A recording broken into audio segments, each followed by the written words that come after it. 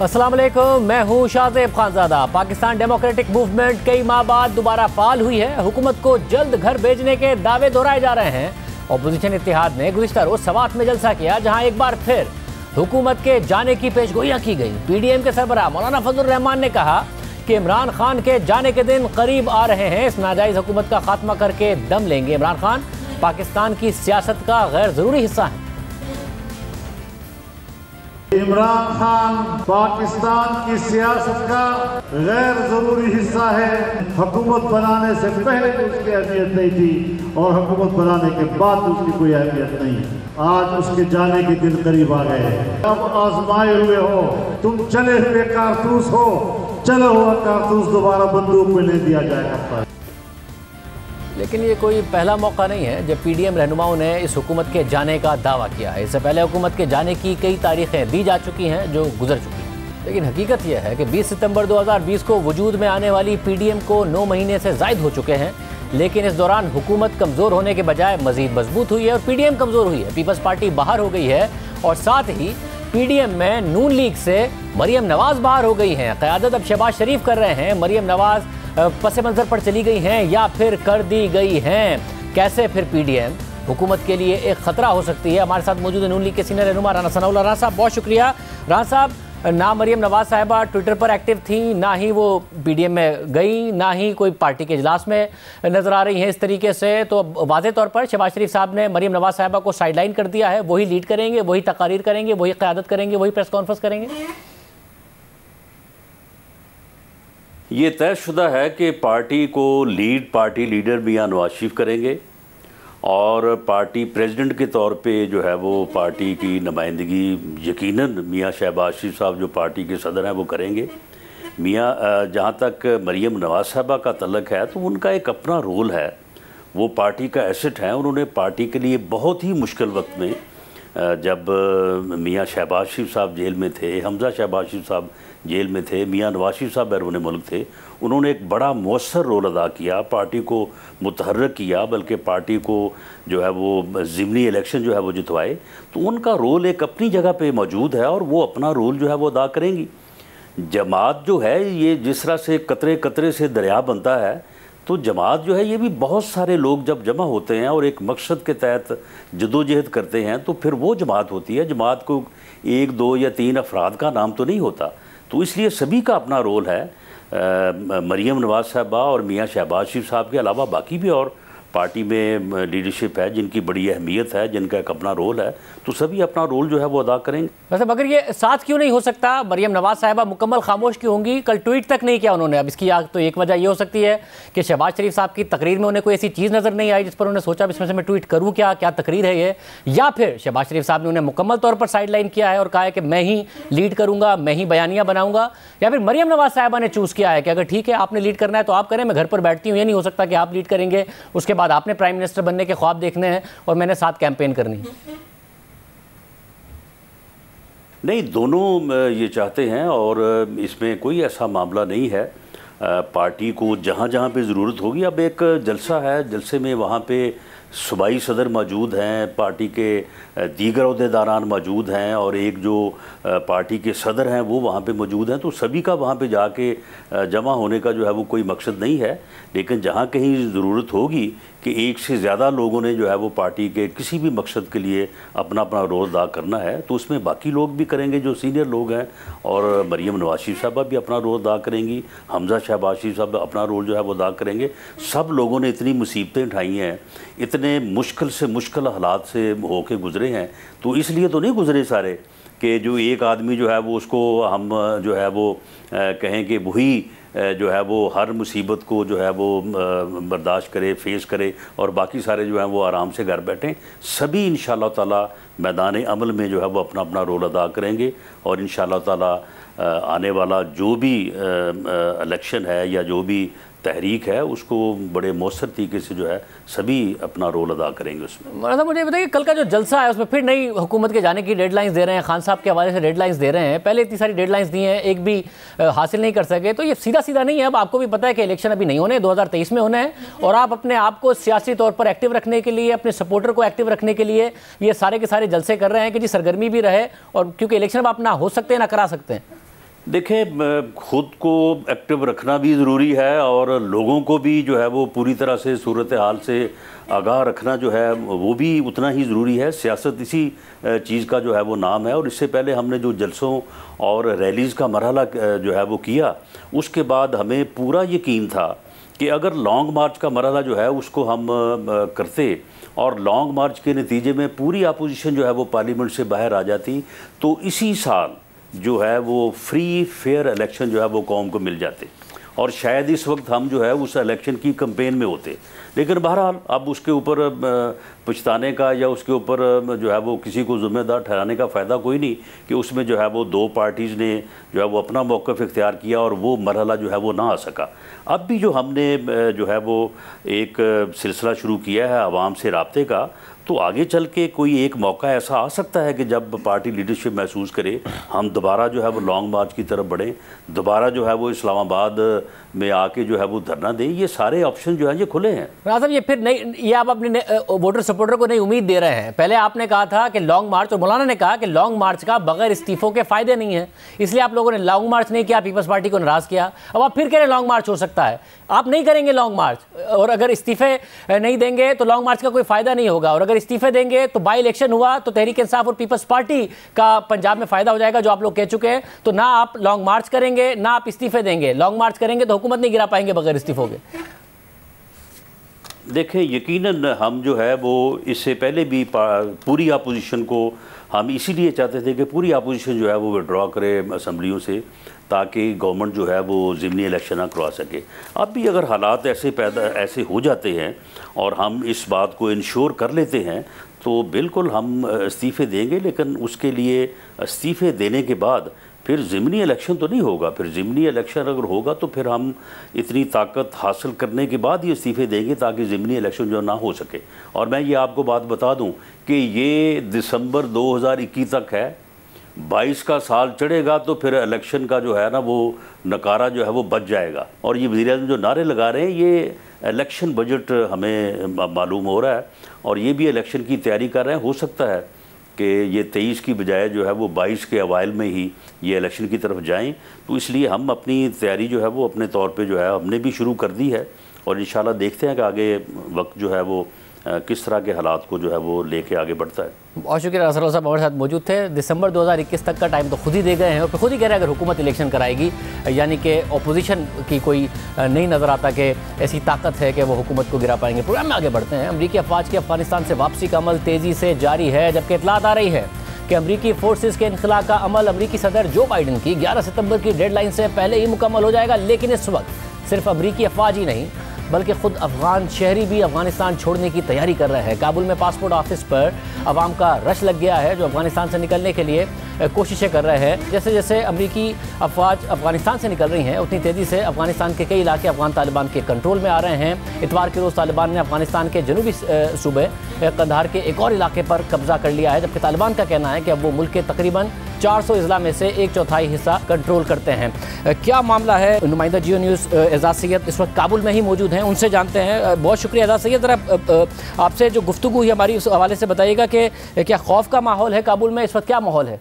शाहजेब, अफगानिस्तान के दारुल काबुल में इस वक्त मायूसी है, नाउमीदी है और गैर यकीनी की सूरत हाल है। आम जो शहरी है वो परेशान है कि मुल्क की जो सिक्योरिटी की सूरत हाल है वो ख़राब है, और आम शहरी जो काबुल में बसता है वो ये ख्याल करता है कि अगर यहाँ पर सिक्योरिटी की सूरत हाल ख़राब हुई तो उसकी ज़िंदगी का जो मुस्तकबिल है वो ख़राब हो सकता है। ये एक ओवरऑल नाउमीदी और मायूसी की सूरत हाल है।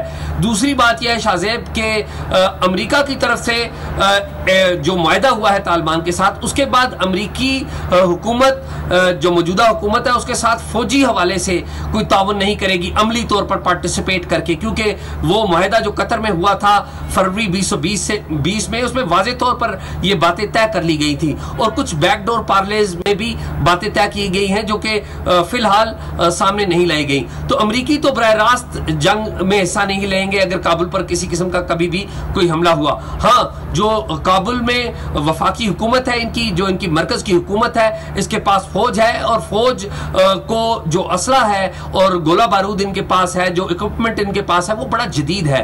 ताहम जो एयर पावर है उसमें कुछ इश्यूज हैं, मेंटेनेंस के कुछ इश्यूज हैं, क्योंकि वो अमरीकियों के पास थी, अब वो लोकल इनके पास आ गई है, तो वो इश्यूज हैं। तो अगर आप ये कहें कि काबुल में जो मरकजी फौज है वो जंग करेगी, तो बिल्कुल जंग करने का इनका इरादा है अगर किसी किस्म का कोई हमला हुआ।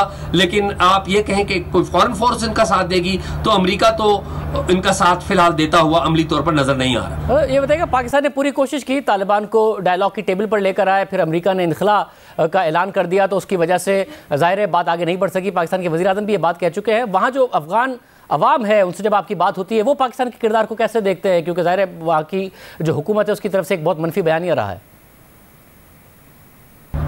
जी शाहजेब, काबुल में जो अक्सरीती लोग हैं उनकी राय पाकिस्तान और पाकिस्तानियों के बारे में कोई इतनी ज़्यादा मुस्बत नहीं है, बल्कि नाकदाना है, क्योंकि यहाँ पर लोगों को बताया गया है कि जो तालिबान हैं उनको पाकिस्तान की पुष्टपनाही हासिल है, माजी में भी रही है और अब भी है। ये अलग बात कि पाकिस्तान अब एक पॉलिसी अनाउंसमेंट दे चुका है कि हम तालिबान की साथ नहीं है या उस तरह से तालिबान की पुष्टपनाही नहीं कर रहे, ये एक अलग मामला है। लेकिन यहाँ पर तासर यही है कि जो अफगानिस्तान के अंदर कोई अमन आमा का मामला होता है तो पाकिस्तान पर इल्जाम धर दिया जाता है, तो इसका तासुर जाहिर है अवाम के ऊपर है। लेकिन एक तबका, एक काबिल जिक्र तबका ऐसा भी है जो पाकिस्तान में रहा है, महाजर बन के पाकिस्तान में गया था, वहां से अच्छी यादें उनकी वाबस्ता हैं। कुछ ऐसे लोग भी हैं जो पाकिस्तान में ही पले बड़े हैं और अब वापस अफगानिस्तान में आकर अपनी जिंदगियां गुजार रहे हैं, तो वो पाकिस्तान से बड़ी मोहब्बत भी करते हैं और जहां पर भी पाकिस्तानी उन्हें नजर आए उनको खुश आमदीद कहते हैं। लेकिन जो दूसरा तबका है, जो एक बड़ा तबका है, वो पाकिस्तान के बारे में कोई इतने अच्छे ख्यालात नहीं रखता।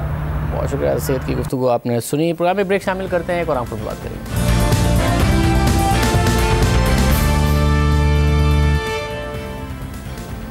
FIA ने एक और सहाफ़ी को नोटिस जारी कर दिया है। वो केस जिसमें 2 साल से FIA खुद कुछ नहीं कर सकी है, कोई ठोस पेशरफ नहीं हो सकी है, कोई अहम किरदार कानून की गिरफ्त में नहीं आ सका है, कई सवालात के जवाब नहीं मिल सके, स्कैंडल की वीडियो का फॉरेंसिक तक नहीं कराया, या करा लिया तो अवाम को बताया ना अदालत को बताया। और अब FIA ने जज अरशद मलिक केस में सीनियर सहाफ़ी और एंकर पर्सन नदीम मलिक को तलब कर लिया है। FIA के काउंटर टेररिज्म विंग के नोटिस के मुताबिक 28 अप्रैल को आपके प्रोग्राम से पता चला कि आपके पास अहम मालूमात हैं जो FIA के ज़ेर तफ्तीश केस से मुताल्लिक हो सकती हैं। इसलिए आप 6 जुलाई को 11 बजे FIA हेडक्वार्टर्स में काउंटर टेररिज्म विंग के सामने पेश हों और अपने साथ मुतालिका मालूमात, दस्तावेज़ात और शवाहिद भी लेकर आएँ। इस हवाले से नदीम मलिक साहब ने आज अपने प्रोग्राम में कहा कि वो अपनी खबर पर कायम है, FIA को अपनी सोर्स नहीं बताएंगे और कल FIA में पेश नहीं होंगे। सीनियर सहाफ़ी नदीम मलिक को नोटिस जारी किए जाने की मजम्मत की जा रही है। सियासी और सहाफ़ती हल्के इसकी मजम्मत कर रहे हैं। Karachi press club, Lahore press club, national press club Islamabad, council of Pakistan newspapers editors, Rawalpindi Islamabad union of journalist और दीगर सहाफ़ती इदारों ने इसकी मजम्मत की है। 28 अप्रैल को नदीम मलिक साहब ने अपने प्रोग्राम में जज अरशद मलिक वीडियो केस के हवाले से बात की थी। उन्होंने क्या कहा था, यह सुनवाते। जज अरशद मलिक, अल्लाह उनकी मग़फ़रत फरमाए, उनके ऊपर जो FIA की टीम इन्वेस्टिगेशन वगैरह इस प्रोसेस के अंदर कर रही थी, मुझे कुछ अर्सा पहले उनमें से एक शख्स, सीनियर आदमी थे, उनसे मिलने का मौका मिला। 2 लोग थे बल्कि, उनसे मिलने का मौका मिला।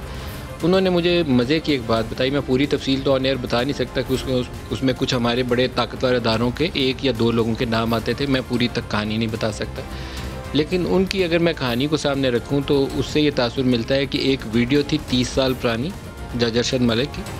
जज अरशद मलिक को PMLN इस होप पे वहाँ पे तवक्को रख रही थी कि एहतसाब अदालत के अंदर नवाज़ शरीफ की वो बेल कर देंगे। नून लीग से उनके राब्ते थे, एक लिंक मौजूद थे पहले से। वो ऐसे नहीं थे कि अरशद मलिक कहीं से आए थे और नवाज़ शरीफ को उसका पता ही नहीं था। ये कोई पता नहीं क्या मिड जैक या कोई ऐसा यहाँ पे जगह भी है जिनके साहब का भी उनसे कोई ताल्लुक वास्ता था, तो एश्योरेंस वगैरह थी।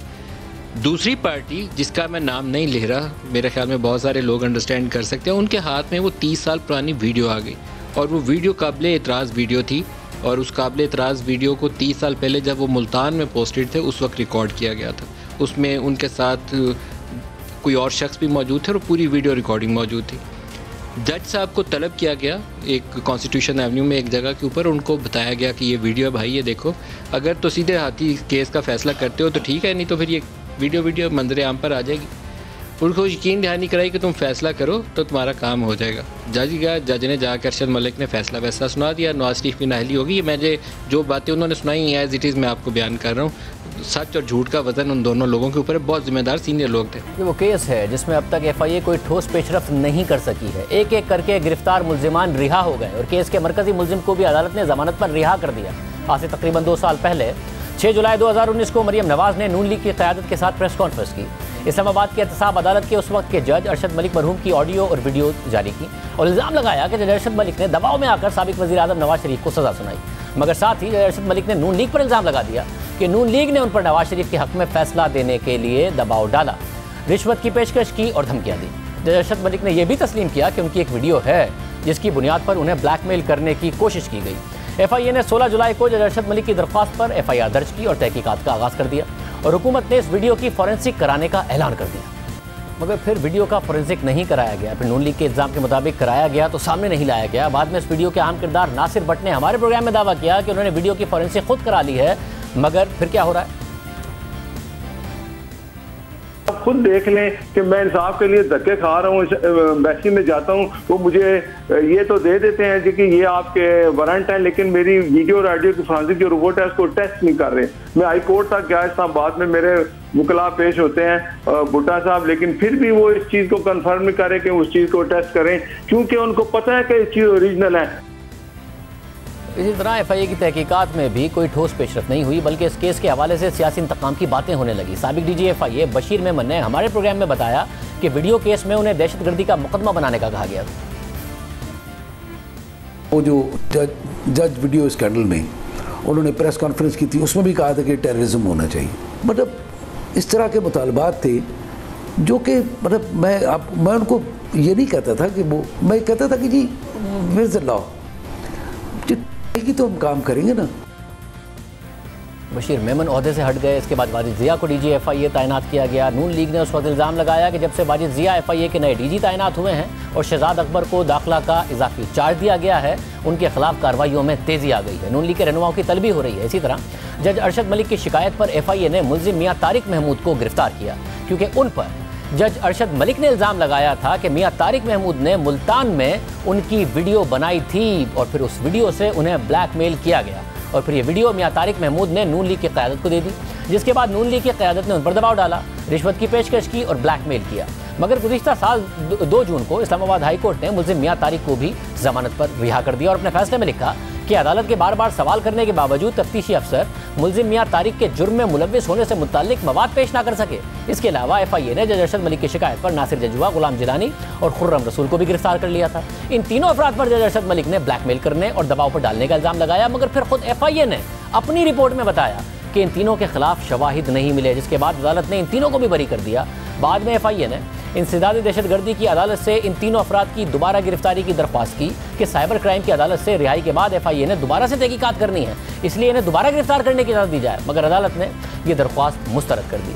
अब DG FIA सनाउल्लाह अब्बासी हैं, शहजाद अकबर अभी भी मुशीर दाखिला हैं और एक सहाफ़ी ने अपने ज़राए से जब इन बातों की तस्दीक की है जो इल्ज़ामात की सूरत में पहले ही सामने आ चुके हैं, तो FIA ने उन्हें तलब कर लिया है। ये अगर मीडिया को पैगाम नहीं है कि इस इशू पर बात ना करें तो और क्या है। जज अरशद मलिक तो रहे नहीं, वीडियो की फॉरेंसिक कराई नहीं, तो अब FIA सहाफ़ी नदीम मलिक से कैसे तहकीकात आगे बढ़ाएगी। और ये सिलसिला है, बहुत सारे ऐसे सहाफ़ी जो हुकूमत पर तनकीद करते हैं, उन्हें FIA की तरफ से नोटिस आने का जो अब नदीम मलिक साहब तक आके पहुंचा है। हमारे साथ मौजूद हैं वज़ीर आज़म के मुशीर बराए एहतसाब और दाखिला शहजाद अकबर साहब। शहजाद अकबर साहब, बहुत शुक्रिया में शो में ज्वाइन करने के लिए। शहजाद अकबर साहब, पहले ही तनकीद होती रही, आप लोगों ने फॉरेंसिक कराने का वादा किया था, वो फॉरेंसिक करा के आवाम के सामने नहीं रखे, इस इन्वेस्टिगेशन को मंतकी अंजाम तक नहीं पहुँचाया। जिन पर जिन पर अरशद मलिक ने इल्ज़ाम लगाया वो भी रिहा हो गए। अब जब एक जर्नलिस्ट बात कर रहा है कि जी मेरी सोर्स से ये बात कंफर्म हो रही है, जो स्टोरी पहले से आपको पता है, आप उसे हैरास नहीं कर रहे तो और क्या कर रहे हैं नोटिस दे के? देखिए शाहजेब, दो चीज़ें हैं। एक तो कोई भी इन्वेस्टिगेशन जो है उसके ऊपर क्या उसमें मुश्किलात हैं और किस तरफ इन्वेस्टिगेशन जा रही है, वो तो टीम एग्जैक्ट बता सकती है। इस केस में आप जानते हैं कि अरशद मलिक साहब की वफात हो चुकी है, वो एक की विटनेस भी थे इस केस के अंदर। और अभी मलिक साहब को भी जो नोटिस दिया गया है, यहाँ पे मैं एक तस्हीह करना चाहता हूँ, ये उनको नोटिस एक तो ये है कि कुछ जगह था कि साइबर में आया है, साइबर में नहीं है। जो अरशद मलिक साहब की तहकीकात FIA टीम कर रही है, उसने दिया है मावनत के लिए। तो उनके ऊपर किसी किस्म का कोई इल्ज़ाम नहीं है, कोई एक्यूजेशन नहीं है। उन्होंने अपने शो के ऊपर शायद, और ये भी मेरी इन्फॉर्मेशन मुझे इनसे पता चला था कुछ दिन पहले, कि उन्होंने कहा था उनके पास कुछ मालूमात हैं, तो अब वो टीम उनसे पूछना चाहती है, और वो भी सारी बात है, वो उनके ऊपर मुनसर है कि वो कितना असिस्ट कर सकते हैं। लेकिन हमें तमाम लोगों को, तहकीकाती इदारों को असिस्ट करना चाहिए। तो ये किसी तरीके से भी हरासमेंट नहीं है, उनकी असिस्टेंस दरकार है कि अगर इस पूरे किस्से के बारे में उनके पास कोई मालूमात है जो तहकीकात में मददगार साबित हो सकती है, तो वो फराहम कर दें। मगर केस के हवाले से हमने आपको मुतादिद दफ़ा इंटरव्यू किया है, पहले से जो मालूमात FIA के पास थी उस पर आज तक क्या किया है? जज के खिलाफ साजिश का इल्ज़ाम लगाया आप लोगों ने, आपने कहा कि हम फोरेंसिक कराएंगे, वो नहीं कराया आप लोगों ने। फिर मियां तारिक को गिरफ्तार किया अरशद मलिक की शिकायत पर, वो भी रिहा हो गए। इसके अलावा जो दूसरे गिरफ्तार किए वो भी FIA ने खुद क्लियर किए, फिर FIA पहुंच गया कि दोबारा गिरफ्तार करना है। तो ये सारी स्टोरी पता है FIA को। एक जर्नलिस्ट अपनी इन्फॉर्मेशन शेयर कर रहा है अपनी सोर्स से, आप उसे बुला लेते हैं, तो ये पैगाम है ना मीडिया को कि आप इस पर बात ना करें, बात करेंगे तो आपको भी बुला लेंगे। हमने ये वाकया दबा दिया है, इसलिए आप भी दबा दें, वरना पेशियां होंगी आपकी। नहीं, देखिए शाहजेब, दो चीजें हैं। एक तो बिल्कुल आपके मतलब जज्बात को समझता हूँ, बिल्कुल सहाफ़ी के बारे में जब कोई भी बात की जाती है तो ये सवाल जरूर उठता है कि शायद उनकी आज़ादी राय के ऊपर कोई हमला तो नहीं है, और उसमें क्लैरिफिकेशन भी दे चुके हैं कि ऐसी हरगिज कोई बात नहीं है। उनसे एक ताउन मांगा गया है। और दूसरी चीज ये है कि जज अरशद मलिक के केस में बहुत सारे अहम मुल्ज़मान जो हैं इस वक्त बरतानिया बैठे हुए हैं। अब उनको पाकिस्तान लाना और वो करना, ये तमाम मुश्किलात इस केस के अंदर हैं। लेकिन तहकीकाती टीम जो है, जब भी उसको कोई नई चीज, नई लीड मिलेगी तो उसके ऊपर वो अपना एक्शन तो करेगी, क्योंकि कल यही सवाल होगा कि आपने बिल्कुल ही कुछ नहीं किया। नहीं तो मगर आप लोग जब फोरेंसिक नहीं करा रहे थे तो नासिर भट्ट ने हमारे प्रोग्राम में बताया कि उन्होंने बरतानिया में फोरेंसिक कराया और रिपोर्ट लेके वो एम्बेसी जाते थे। पाकिस्तान की एम्बेसी लेती नहीं थी। आप किसी भी कानून के शख्स से पूछ लीजिए, एक प्राइवेट शख्स के फोरेंसिक की कानून में क्या वैल्यू होती है, और जब तक इसकी ओरिजिनल जो कॉपी है वो FIA को नहीं दी जाती, FIA इसको खुद हासिल नहीं कर सकता। वो किस चीज की फोरेंसिक कराए, डॉक्टर को कोई चीज हुई है नहीं हुई, वो तो उसकी ओरिजिनल टेप से पता चलता है। साबिक IG शुएब सडल साहब हमारे प्रोग्राम में 2 साल पहले ही आए थे, उन्होंने बताया था कि फोरेंसिक कराने के लिए ओरिजिनल की जरूरत नहीं है, जो कॉपी है उससे भी पता चल जाता है कि ये डॉक्टर हुई है या नहीं हुई है। देखिए, वो तो फिर शुएब सडल साहब को भी अपनी असिस्टेंस देनी चाहिए इस टीम को, मैं इस पर यही कह सकता हूँ। 2 साल पहले शुएब सडल साहब हमारे प्रोग्राम में कह गए, उन्हें तो नहीं बुलाया DG FIA ने, नदीम मलिक साहब को बुला लिया। देखिए, अब इसके ऊपर जितनी कोई कमेंट हो वो तो नहीं है। एक स्पेसिफिक इंफॉर्मेशन नदीम मलिक साहब के शो में उन्होंने फरमाया, उसके ऊपर उनको बुलाया गया। और मैं दोबारा ये वाज़ेह करना चाहता हूँ कि ये हरगिज किसी की आज़ादी राय के ऊपर कोई हमला नहीं है, और ना ही मकसद उनको किसी चीज से एक्यूज करना है। मावनत के लिए CRPC के सेक्शन 160 के तहत बुलाया है। वो मावनत उनको एक अच्छे शहरी की तरह जरूर देनी चाहिए, और अगर वो ना देना चाहें तो वो भी उनका हक है कानून के मुताबिक। शाहद अकबर साहब, एक और सवाल आपसे मैं करना चाहूँगा। आपने कहा था कि आप लोगों ने जो 265 रुपये की कीमत पर, गन्ने की कीमत पर चीनी की कीमत कैलकुलेट की है, वो 80 रुपये एक्स मिल बनती है। आज यूटिलिटी स्टोर ने 90 रुपये की चीनी खरीदी है, तो फिर मार्केट में कैसे होगी सस्ती, जब यूटिलिटी स्टोर को 90 रुपये और अखराजात मिला के 100 रुपये की पड़ रही है? तो आप मार्केट को पैगाम दे रहे हैं कि 100 रुपये से नीचे कीमत नहीं आएगी। देखिए, 2 चीजें हैं। एक तो शुगर की कीमत को लेके जो कीमत मुकर्रर की गई थी एक्स मिल, उसके ऊपर इस वक्त लाहौर हाई कोर्ट के हुक्म के ऊपर एक कमेटी है, उसने उसकी कीमत मुकर्रर करनी है। रमजान के अंदर तो जो हुकूमत ने 85 रुपये कीमत मुकर्रर की थी, वो अदालत ने तस्लीम करके उसको लागू कर दिया था। अब वो जो दोबारा से तमाम शुगर मिल्स वालों को बुला के उनकी बात सुन के कीमत मुकर्रर करने का प्रोसेस कर रहा है, मिनिस्ट्री ऑफ इंडस्ट्रीज इसको देख रही है। उनके यहाँ एक कमेटी बनी हुई है जिसने ये कीमत अदालत में देनी है, और वो फिर वहाँ से ये तय होगा कि ये फेडरल गवर्नमेंट और प्रोविंशियल, एक वो भी इसके अंदर एक इशू है। तो उसके ऊपर असल तो एक्स मिल प्राइस का तयन करना है। सब तो एक्स मिल का तयन अभी तक हो नहीं पा रहा है। रमज़ान में अदालत ने कर दिया था, मगर आप उस पर अमल दरामद नहीं करा पाए। लंबी लंबी लाइनें लगी थी लोगों की, मगर चीनी उन्होंने 100 रुपये से ऊपर ही बेची शुगर मिल मालिकान ने। जब आप एक्स मिल प्राइस नहीं तय कर पा रहे हैं और चीनी इतनी महंगी बिक रही है, यूटिलिटी स्टोर खुद 90 रुपये की खरीद रहा है। 40,000 टन का मतलब है 40 करोड़ रुपये आवाम के इन्होंने जेब में डाल दिए, आपकी तय करदा प्राइस जो 80 रुपये थी उसके मुकाबले में। तो ये आप जो कहते थे माफिया है, तो ये इतना तगड़ा है कि हुकूमत से ज़्यादा तगड़ा है, आप लोग कुछ नहीं कर सकते इसके खिलाफ। देखिए शाहजेब, आप इस पे मुझसे ज्यादा प्रोग्राम्स कर चुके हैं और आप खुद समझते हैं कि ये जो मैं अब इसके लिए क्या लफ्ज़ इस्तेमाल करूं, ये मुख्तलिफ फोर्सेस हैं जिनकी हम तो शुरू दिन से जो शुगर कमीशन की रिपोर्ट भी है वो भी यही चीज़ बार बार करा रही है कि एक प्रोडक्ट जिसकी मैन्युफैक्चरिंग कॉस्ट एक दफ़ा साल के अंदर तय हो जानी चाहिए और फिर पूरा साल उसके ऊपर ही वो लगभग वो चीज़ मार्केट में अवेलेबल होनी चाहिए और उसके लिए जितनी रेलेवेंट कानून साजी थी वो भी की गई है।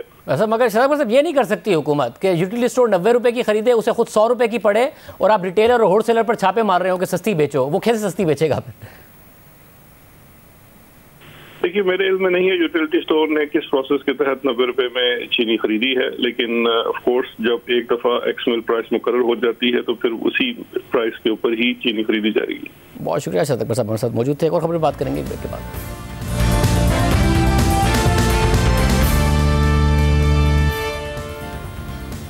सिंध भर में आज से मैट्रिक के इम्तिहानात का बाकायदा आगाज हो गया है, मगर पहले ही दिन शदीद बदनज़मी देखने में आई और पेपर लीक होने की रिवायत बरकरार रही। कराची में कायम 400 से ज़ायद इम्तिहानी मराकज़ में दर्जनों मराकज़ पर 10वीं जमात का फिजिक्स का पर्चा घंटों की ताख़ीर से पहुंचा और जिन मराकज़ में पेपर वक्त पर शुरू हुआ वहां से 4-5 मिनट बाद ही सोशल मीडिया पर वायरल हो गया। सिंध हुकूमत कहीं नजर नहीं आ रही है, जिम्मेदारी नहीं ले रही है। हमारे साथ Syed Sharaf Ali Shah, chairman board of secondary education Karachi मौजूद होंगे। पहले राना जावेद से पूछते हैं जो सारा दिन इस मामले को कवर करते रहे। राना, क्या हुआ है सारा दिन?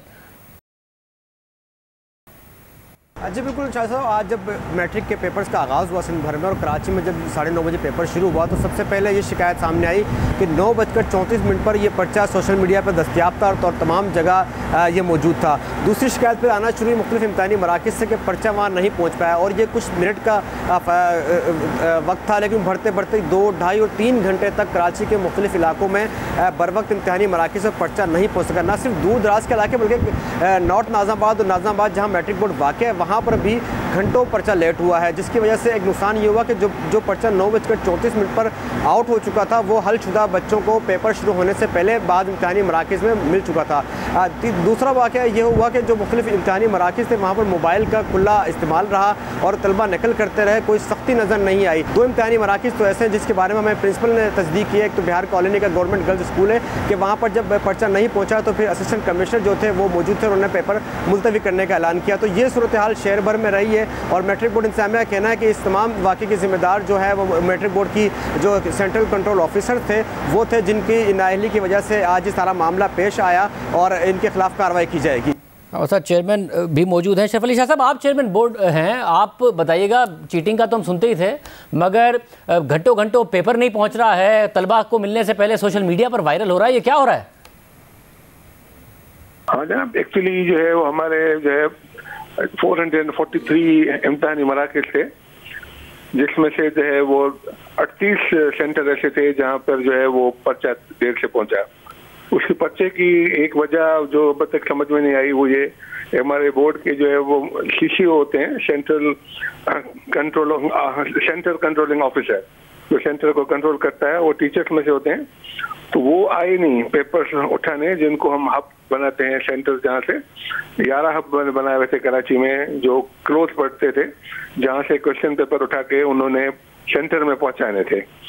तो वो 11 हब में से जो है वो ये 38 सेंटर ऐसे थे जहाँ पे ये हमारे CCO साहबान नहीं पहुँचे और वो न पहुँचने वजह से जो है वो पेपर डिले हुआ। फिर हमारा स्टाफ जो मौजूद था उसने जो है वो पेपर जाके मुकर्रर सेंटर तक पहुँचाया, जिस वजह से पेपर डिले हुए। अच्छा, तो पहली शिफ्ट में ऐसा हुआ तो सेकंड शिफ्ट में ठीक कर लेते, फिर यही हुआ, सेकंड शिफ्ट में भी नहीं पहुँचे पेपर टाइम पर।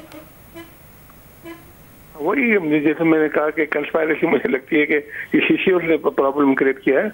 इसके बाद जो है हमने अभी आज जो है वो तमाम CCO के ऑर्डर्स कैंसिल कर दिए हैं कि जो अब वहाँ पे जो एग्जामिनर सुपरिटेंडेंट होगा उसकी ड्यूटी लगाई है, काइंदा वही जो को आके हब से जो है वो पेपर कलेक्ट करेगा। और हब जो हमारे 11 थे उनको हमने बढ़ा के 18 कर दिया है। 18 टाउन, हर टाउन का अलग अलग हब बनाया है। कल से जो है वो ऑपरेट हो जाएगा और वहाँ पे जो है वो हमारे एग्जाम सुपरिटेंडेंट जो होते हैं उनकी ड्यूटी लगाई है कि अब वो आएंगे और अब ये CCO-शिप का जो सिस्टम ही खत्म कर दिया है हमने। तो जिन सेंटर्स पे तलबा को वापस भेज दिया गया, पेपर नहीं दिया उन्होंने, उनका क्या होगा? तो उसको हम डिसीजन लेंगे अभी जो है वो, जब पेपर जैसे दूसरे खत्म होंगे उसके बाद जो है वो अब अभी हम अपनी मीटिंग करेंगे, उसमें फैसला करेंगे कि इनको कैसे कंपनसेट किया जाए, लेकिन पेपर तो लेंगे उनका। अगर जहाँ पे जो है वो कोताही जो बोर्ड की है, तो वहाँ पे तो बच्चों का कुछ नहीं है, वहाँ पे हम कंपलसरी करेंगे।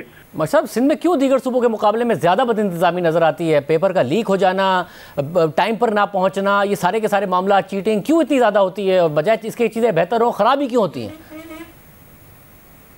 ये खासतौर पे ये आज सिंध के जो है तो ज़्यादातर जो है वो बोर्ड्स में चीटिंग हुई है, लेकिन जो है वो बाकी इम्तिहान जो है वो टाइम पर हो गया है और कोई जो है शिकायत नहीं मिली है। समझ, चीटिंग भी कोई छोटी चीज़ नहीं है और आप तो टाइम पर पर्चा ही नहीं पहुंचा। लेकिन ये है कि जो है वो इंतजामी बेज़ाब्तियां हैं यहाँ पे, जिसकी वजह से जो है कॉपी जो है कल्चर भी यहाँ पर ज़्यादा है दूसरे सूबों की निस्बत, कि उसको जो है वो प्रॉपर तरीके से किसी जो मैकेनिज्म के जरिए जो है वो कंट्रोल करने की कोशिश नहीं की गई है कि अभी किस तरह से जो है एक मैकेनिज्म बनाया जाए। तो बनाइए ना मैकेनिज्म, कौन बनाएगा मैकेनिज्म? पहले कोई साल थे जिसमें उन्होंने रेंजर्स की ड्यूटी लगाई थी सेंटर्स पे, तो उस जमाने में काफ़ी कॉपी कल्चर जो है वो कॉपी का सिस्टम काफ़ी ख़त्म हो चुका था, लेकिन अब दोबारा जो है वो क्या कहते हैं कि वही पुलिस वही टीचर्स का सिस्टम है, तो उसी वजह से ये जो सिस्टम कॉपी का कल्चर जो है वो अभी तक ख़त्म नहीं हुआ है। बहुत शुक्रिया। शायद आप खुद ही कह रहे हैं कि सिस्टम नहीं हुआ है, सिंध हुकूमत जिम्मेदारी नहीं ले रही। इजाज़त दीजिए, अल्लाह हाफ़िज़।